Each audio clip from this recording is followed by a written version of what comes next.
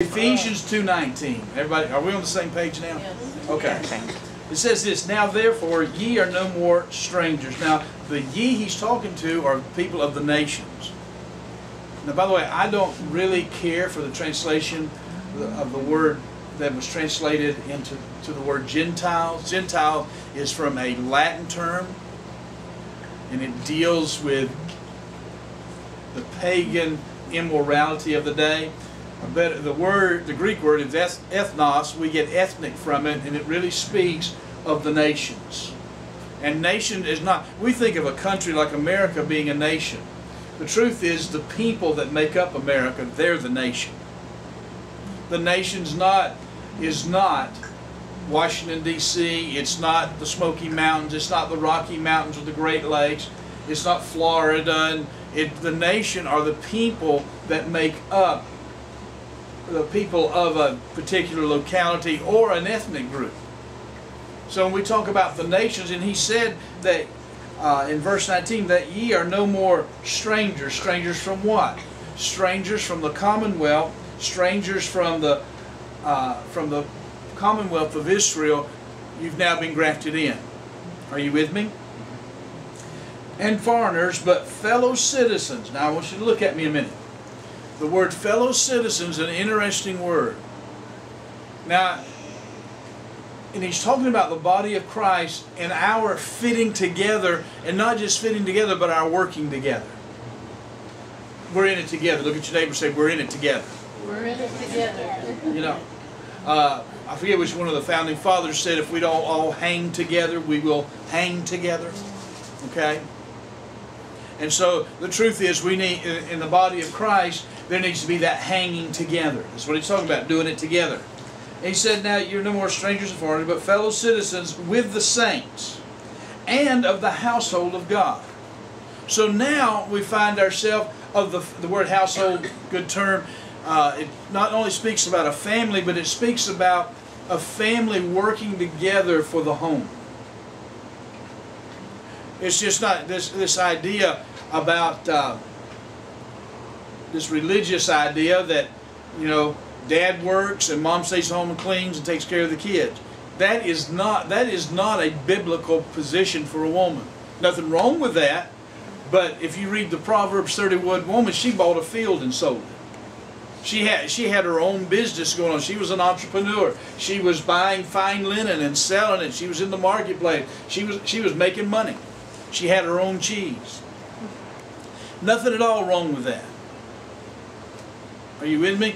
And so, and that's the term here is how that husband, wife, children all work together to make the household work.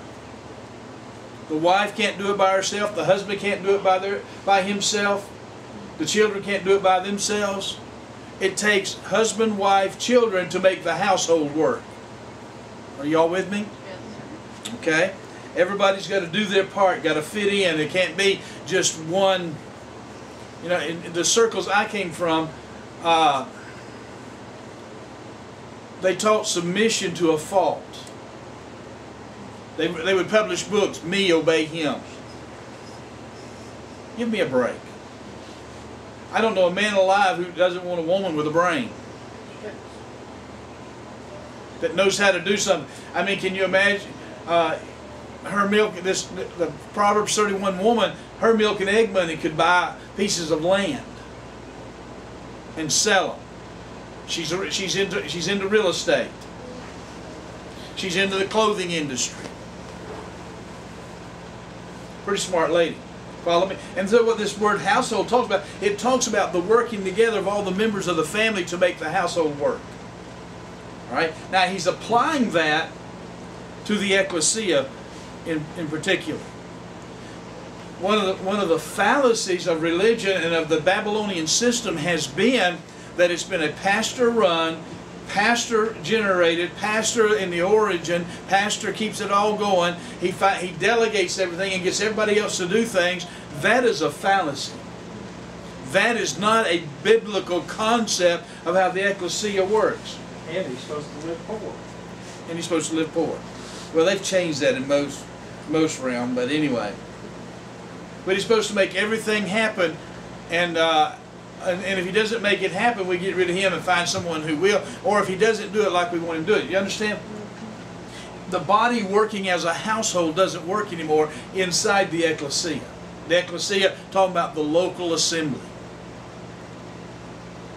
Are you with me? All right. Now that's gonna lay.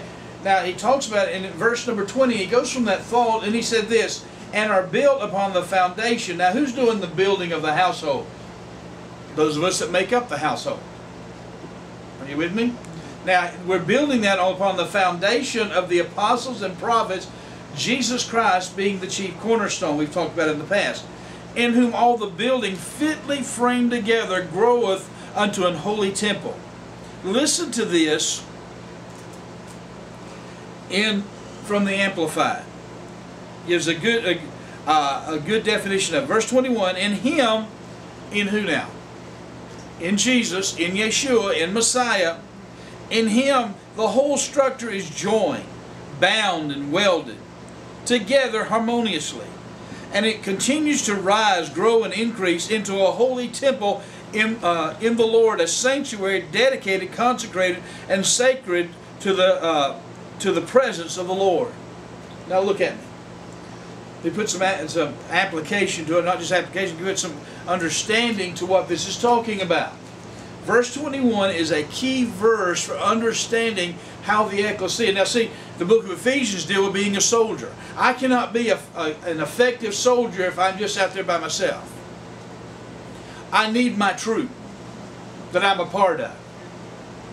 If you send someone on a military mission, you don't send just one. You send a squad, you send a platoon, you send a battalion, you send a group of them in to accomplish the task. And in that group, everybody has everybody else's back. And that team, one of the military maneuvers that come from Philip of Macedonia. Let me identify him. His dad was his son was Alexander the Great. Philip of Macedonia developed a thing called a phalanx, and it's where the army in groups would move as one man. Using that military movement or maneuver, Alexander conquered the entire world by the time he was 30 years old. It was a military maneuver developed by his dad where the body worked together as one. The Romans further, after the demise of Greece, the Romans developed it further, and they expanded the empire. Are you with me? Now we need to understand. We need to get to the understanding that we are all fitly framed together. What does that mean? We all have our place in that